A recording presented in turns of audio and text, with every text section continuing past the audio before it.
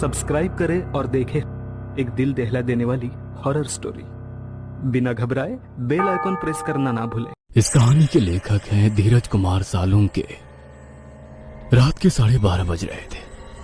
कोल्हापुर में धाराशिव जाने वाली सीनियर कॉलेज के छात्रों की बस जंगल के रास्ते से गुजर रही थी।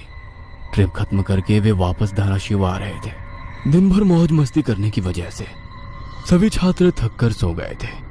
दरवाजे की सीट के पास विकास सर और सुशील सर खर्राटे ले रहे थे। बस ड्राइवर विजय मामा भी नींद में बस चला रहे थे। उनके बगल वाली सीट पर प्यून पांडु मामा बैठे हुए थे कि तभी बस के सामने जंगली सुअरों का झुंड आया। विजय मामा ने बस जंगल में रोक दी। कुछ देर में जब रास्ता खाली हुआ तो बस फिर से चलने लगी। कुछ ही देर में विकास सर के पीछे ही दूसरी सीट पर बैठा श्याम नींद से जाग गया। श्याम की उम्र 21 साल थी। पढ़ाई में बहुत तेज था, लेकिन हमेशा अकेला रहने वाला। ना किसी से बनती थी, ना ही उसका कोई दोस्त था। वह दूसरी सीट पर अकेला बैठा हुआ था। सर, टॉयलेट जाना है। सर ने आधी आंखें खोलकर खिड़की से बाहर देखा। बस अभी भी जंगल में ही थी। थोड़ी देर बैठ जाओ, जब जंगल खत्म होगा तब मुझे उठा दो, मैं बस रोक दूंगा।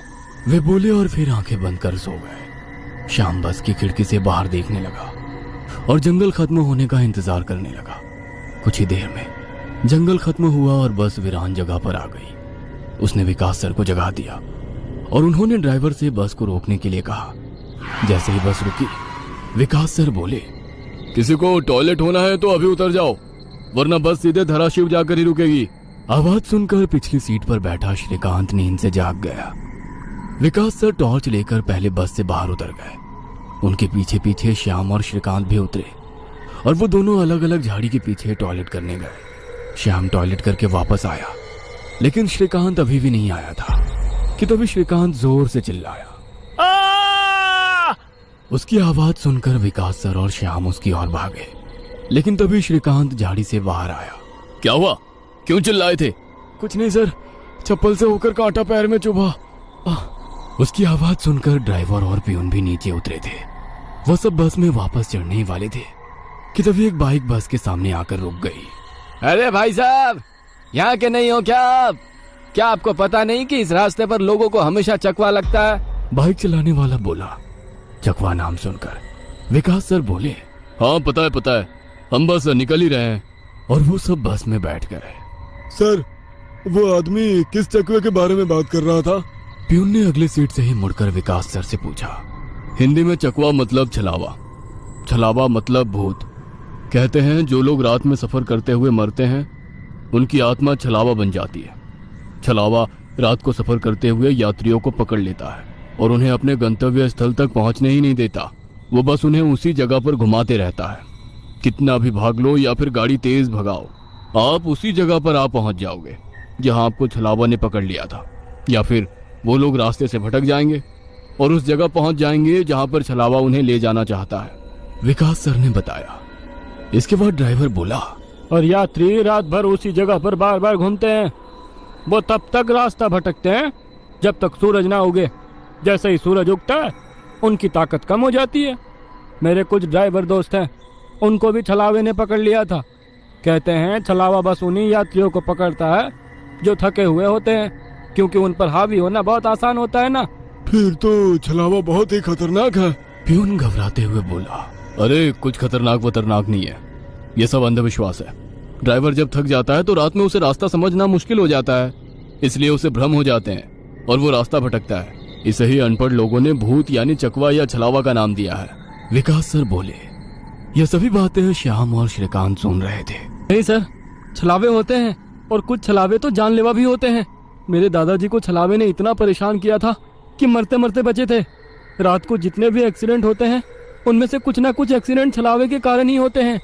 वो रात के बेरहम शिकार होते हैं। यात्रियों की थकान और डर ही उनकी ताकत होती है। शिकारियों की तरह ही वे यात्रियों को डराते हैं, भगाते हैं और उनकी जान लेकर उनका शिकार करते हैं। हमें बस इतना पता चलता है कि कार एक्सीडेंट में उनकी मौत हो गई है, लेकिन मौत का कारण छलावा ही होता है सर। श्याम ने डरावनी आवाज में कहा। सर, इस का कुछ मत सुनो। इसकी बुआ राइटर है, उन्हीं से सुनी होंगी ये बातें। और राइटर लोगों का तो काम ही होता है बातें बनाना, उसी से तो उनका घर चलता है। पिछली सीट पर बैठे श्रीकांत ने कहा। श्रीकांत, चुप हो जाओ और सो जाओ। उन्होंने डांटते हुए कहा और उसके बाद सभी लोगों ने आंखें बंद कर ली और सो गए। कुछ समय बीता। शाम अभी भी जाग रहा था और खिड़की से बाहर देख रहा था।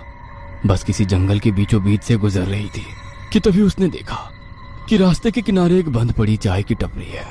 लेकिन ये चाय की टपरी तो मैंने पीछे भी पहले वाले जंगल में देखी थी। वह मन ही मन बोला और खिड़की के बाहर देखने लगा। तब उसे पता चला कि वो तो वही जंगल है जो वीरान जगह से पहले आया था। वह भागते हुए ड्राइवर के पास गया। विजय मामा नींद में बस चला रहे थे, बीच बीच में आंखें झपका रहे थे। विजय मामा, बस कौन से जंगल में है? होगी किसी जंगल में। रास्ते में जंगल कम है क्या? नहीं मामा, हम वापस उसी जंगल में पहुंच गए हैं जहां पर बस के सामने जंगली सुअर आ गए थे। नहीं बेटा, तुम्हें कुछ तो गलतफहमी हो रही है। वो जंगल तो कब का पीछे छूट गया है ना। उनकी बहस सुनकर विकास सर नींद से जाग गए। क्या हुआ श्याम? सर, हमें छलावा लग चुका है। उसने हमें पकड़ लिया है क्योंकि बस वापस उसी जंगल में आई है जहां से पहले गुजरी थी। लेकिन विकास सर भी ड्राइवर की तरह उस पर विश्वास नहीं कर रहे थे। सर, अगर आपको मेरी बात पर यकीन नहीं हो रहा है तो बाहर देखो। अभी कुछ देर रास्ते के किनारे एक ट्रक दिखाई देगा जो एक्सीडेंट में पलटी हो चुका है। और कुछ ही देर में रास्ते के किनारे सभी को पलटी हुई ट्रक दिखाई दी। यह देखकर सभी हैरान हो गए थे। ड्राइवर ने भी मान लिया कि श्याम सच बोल रहा है कि तभी जंगल खत्म हो गया और बस वही सुनसान वीरान जगह पर पहुंच गई जहां पर वो कुछ देर पहले टॉयलेट करने के लिए रोक दी गई थी। यह देखकर सभी की आंखें फटी की फटी रह गई थी। विकास सर की तो बत्ती ही गोल हो गई थी। श्रीकांत पिछले सीट से आगे आ चुका था। सबके चेहरे का रंग उड़ गया था। बस अभी भी रास्ते पर चल रही थी कि तभी वो फिर से वापस वही जंगल में पहुंच गई। वह सभी जान गए कि उन्हें छलावा ने पकड़ लिया है। ड्राइवर कोई दूसरा रास्ता मिलता है या नहीं ये देख रहा था, लेकिन फिर भी बस वापस उसी जंगल में आ जाती थी। ऐसा लग रहा था कि मानो पूरी दुनिया में बस वही एक रास्ता है जो घूम फिर कर उसी जंगल में ले आता है। सर, अभी इस छलावे से कैसे निकले? मैंने सुना है कि छलावे से बाहर तभी निकल सकते हैं जब सुबह हो जाए। इसका मतलब हमें रात भर इसी सड़क से गुजरना होगा, जंगल से वीराने में और वीराने से जंगल में। क्यों ना हम सुबह होने का इंतजार करते हुए उसी वीरान जगह पर रुक जाए। ड्राइवर बस चलाते हुए बोला। लेकिन शायद मैंने सुना है कि छलावे में रुकना ठीक बात नहीं है। नहीं सर, मेरी बुआ ने बताया था कि अगर सेफ जगह मिल जाए तो रुकने में कोई परेशानी नहीं है। बस इतना ही पता है तुम्हें? और कोई तरीका नहीं है क्या? है, लेकिन वो अभी के लिए नहीं है। और वैसे भी अगर जिस छलावे ने हमें पकड़ा है, अगर वो कमजोर हुआ तो उसकी शक्तियाँ कुछ ही देर में कमजोर हो जाएंगी और हम छलावे से छूट जाएंगे। फिर वो छलावा हमें नहीं पकड़ सकता। इन सभी की बातें सुनकर सोए हुए सुशील सर जाग गए। अरे क्या हुआ? आ गया क्या मेरा बोरगांव? सुशील सर उबासी लेते हुए बोले। तभी सभी ने उन्हें घटी हुई घटना बता दी।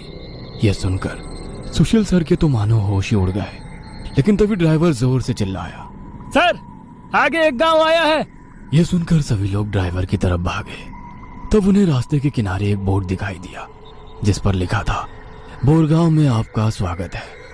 यह देख सुशील सर जोर से चिल्लाए, ये तो मेरा गांव है, लेकिन हम यहाँ इतने जल्दी कैसे पहुंचे?